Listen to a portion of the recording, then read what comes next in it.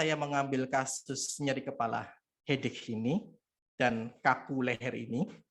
Karena ternyata Bapak Ibu sekalian, di dalam catatan dari beliau, dari Profesor Satya Negara, beliau merupakan maestronya medical doctor bedah saraf di Indonesia. Dan beliau menulis di sebuah buku yang cukup, bagi saya cukup bagus banget ya bagi saya, yaitu menulis tentang ilmu bedah saraf, dan di sana ada sub materi tentang nyeri kepala. Bapak Ibu, nyeri kepala ini jika kita merujuk pada sisi bahasa yang disampaikan oleh Profesor Satya Negara, headache memiliki nama Yunani atau nama Latin yaitu cephalgia, yang artinya adalah nyeri kepala. Dan kasus nyeri kepala ini Bapak Ibu, jika kita melihat di catatan beliau di Profesor Satya Negara, silahkan nanti Bapak Ibu bisa buka di buku beliau. Kasus nyeri kepala ini merupakan sebuah simptom dan gangguan, dan rata-rata terjadi pada kasus-kasus yang hubungannya dengan hipertensi. Pak Andi masih ingat materi tahun kita setahun yang lalu ya Pak Andi ya, tentang hipertensi, dan memang 46% populasi orang di dunia ini menurut beliau menyampaikan di dalam bukunya terkena hipertensi. Dan simptom atau gejala dari hipertensi itu salah satunya adalah nyeri kepala dan bisa sampai nyeri kaku leher. Nah, itu 46% Bapak Ibu sekalian. Beliau, Profesor Satya Negara, Bapak Ibu, menyampaikan bahwa ada dua klasifikasi, ada dua dasar klasifikasi dari nyeri kepala. Yang pertama adalah berdasarkan strukturnya dan berdasarkan penyebabnya. Jadi klasifikasi dari nyeri kepala ini terbagi menjadi dua, yaitu berdasarkan strukturnya dan berdasarkan penyebabnya, Bapak Ibu. Berdasarkan struktur ini, beliau Profesor Satya Negara menyampaikan terdiri dari karena adanya gangguan di ekstrakranial. Ada kulit, di pembuluh darah, ya, bahkan sampai gigi, mungkin kalau giginya berlubang bisa sakitnya di kepala juga. Kemudian kekakuan leher di cervical 1 sampai cervical 3. Bahkan di bagian intrakrania juga ada masalah, pembuluh darahnya, ada sumbatan, tekanan darah tinggi, maka ini bisa menjadi salah satu klasifikasi dari headache berdasarkan strukturnya. Kemudian berdasarkan penyebabnya, Bapak Ibu, jika kita merujuk pada tulisan beliau di dalam bukunya Ilmu Bedah Syaraf, beliau menuliskan bahwa secara penyebab dari nyeri kepala ini terbagi menjadi dua, Bapak Ibu sekalian. Yang pertama adalah yang bersifat primer, yang kedua adalah yang bersifat sekunder. Yang bersifat primer, Bapak Ibu, merupakan nyeri kepala yang tanpa disertai penyebab struktural organik. Jadi biasanya dari contohnya kasus yang tanpa disertai dengan struktural organik, contohnya misalkan migrain, tiba-tiba kok sakit kepala sebelah, migrain, banyak sekali kasus di klinis. Kemudian karena tensi, nah hipertensi, karena tekanan darahnya tinggi. Kemudian klaster headache atau sakit kepala di mana sakit nyerinya itu sampai menjalar hingga sampai mata, Bapak Ibu sekalian. Nah, kemudian yang kedua adalah headache sekunder, yaitu nyeri kepala dari faktor sekunder. Dia disertai dengan struktural organik, contohnya misalkan karena ada trauma, kemudian ada infeksi di gigi dan mulut, ya.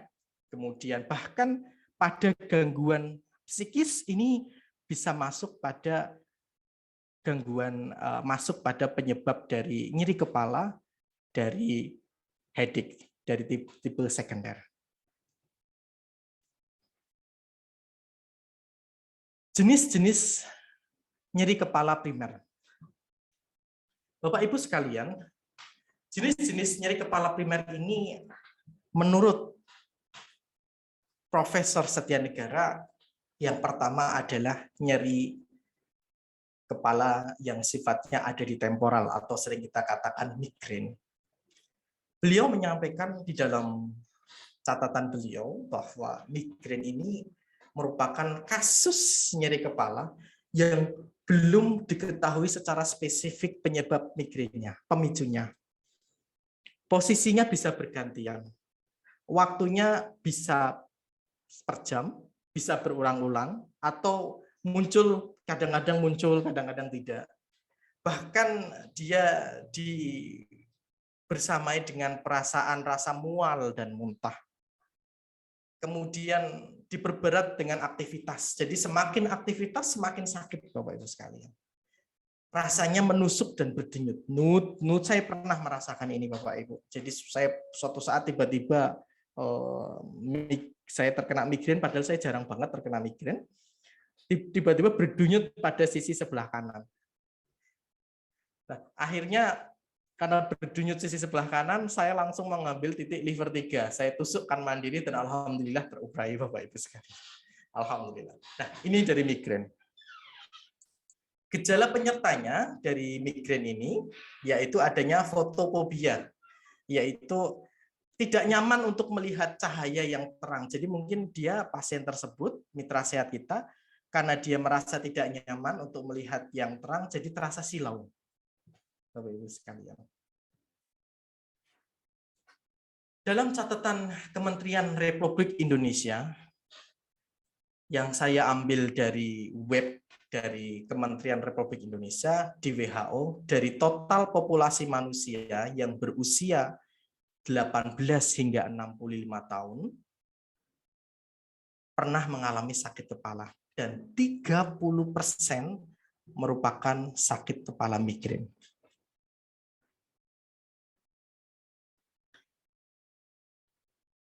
Migrain ini, Bapak Ibu sekalian, dalam catatan Kementerian Kesehatan Republik Indonesia banyak terjadi pada wanita, Bapak Ibu. Jadi jumlah pasien, jumlah orang yang mengalami kasus-kasus yang berhubungan nyeri kepala yang paling sering yaitu dari kaum Hawa atau dari perempuan. Karena kita ketahui bersama perempuan itu memiliki tingkat stres yang lebih tinggi daripada laki-laki. Dan kita ketahui bersama bahwa setiap bulan wanita selalu ada kondisi dia datang bulan. Nah, kondisi-kondisi tersebut bisa menjadi salah satu pemicu terjadinya nyeri sakit kepala. Kemudian kalau yang tadi adalah migrain, yang kedua adalah karena tegang otot, ototnya kaku, Bapak Ibu sekalian. Ototnya kaku, tegang, dan rata-rata kasus ini yang dari tegang, ototnya kaku, itu terjadi karena dipicu dari faktor psikis, ada unsur psikosomatisnya. Dan juga bisa dipicu dari faktor kelelahan, terlalu capek, terlalu lelah. Kondisi ini biasanya, menurut beliau Profesor Setyanegara, nyeri tekan bertambah pada palpasi. Jadi kalau mungkin dalam bahasa akupuntur, nyerinya ditekan itu semakin nyeri. Bila ditambah ditekan semakin nyeri. Nyerinya menetap dan rata-rata terjadi di area miofasial. Rasa nyeri tumpul, ada beberapa kasus yang nyerinya itu tetap, juga ada beberapa kasus yang nyerinya itu seperti kepalanya diikat, penuh, kepalanya rasanya penuh. Dan biasanya selain dari kasus-kasus yang berhubungan dengan unsur stres, kelelahan, kasus ini juga ada hubungannya dengan komplikasi dari hipertensi. Nah, jadi beliau menyampaikan bahwa headache ini merupakan sebuah tanda dan gejala. Saya masih ingat salah satu seminarnya Profesor Jin, ya mungkin beliau ada hadir di sini. Kajiannya menarik sekali. Beliau menyampaikan di dalam sebuah seminar tentang nyeri sakit kepala, yaitu ternyata kasus-kasus nyeri sakit kepala ini juga berhubungan dengan stres dan juga berhubungan dengan kurangnya minum air putih yang mengakibatkan darahnya mengental. Ya, jadi kajiannya cukup menarik beliau saat mengajarkan sebuah seminar dalam sebuah event di mana saat itu eventnya menerangkan tentang kasus nyeri kepala. Nah, kalau tadi migrain, ini sekarang adalah karena tegang otot, maka faktor-faktor ini khususnya pada wanita, faktor pemicunya adalah kelelahan dan faktor psikosomatis. Kemudian, Bapak Ibu sekalian, tipe nyeri kepala yang ketiga adalah nyeri kepala klaster, Bapak Ibu sekalian. Jadi sakitnya itu sampai ke mata. Saya pernah ada pasien, Bapak Ibu, beberapa tahun yang lalu, jadi mungkin tahun 2012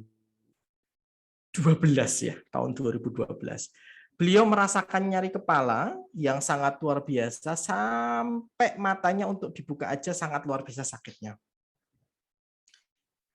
Ciri-cirinya seperti ini. Rasa nyeri menusuk, kemudian dia terjadi sampai beberapa hari, kemudian daerah nyeri bagian dalam mata sampai temporalis berhubungan dengan susunan saraf pusat, Bapak Ibu sekalian. Nah, nanti ingat saya Bapak Ibu sekalian, 1 minggu yang lalu juga ada kasus nyeri kepala klaster. Jadi dari samping kemudian sampai menuju mata, ya toh, sampai untuk menengok aja nggak bisa. Jadi dia sudah sakit ini, headache-nya juga sudah nyeri kepalanya hebat. Kemudian untuk nengok juga ada masalah, stiff neck. Jadi nyeri kaku leher bersamaan kasusnya.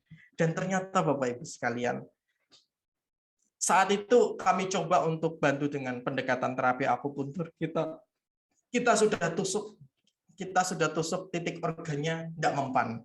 Kita sudah tusuk titik lokalnya kok kurang signifikan. Nah, akhirnya setelah digali-gali ternyata ada perubahan postur di dalam tubuhnya. Setelah posturnya diperbaiki, hasilnya nyeri kepalanya berangsur-angsur mulai hilang, Bapak Ibu sekalian. Nah, ini merupakan gambaran dari kasus nyeri kepala yang disampaikan, saya ambil referensi dari Profesor Setia Negara di dalam bukunya yang berjudul Ilmu Bedah Saraf yang ditulis oleh beliau. Dan apakah pola-pola dari nyeri kepala yang disampaikan yang di dalam pendekatan secara Western medicine ini memiliki pola-pola yang kesamaan sebagaimana dalam perspektif akupuntur? Nah, ini nanti kita akan kupas step by step-nya, Bapak Ibu sekalian. Oke, kita next. Kita masuk pada materi kedua.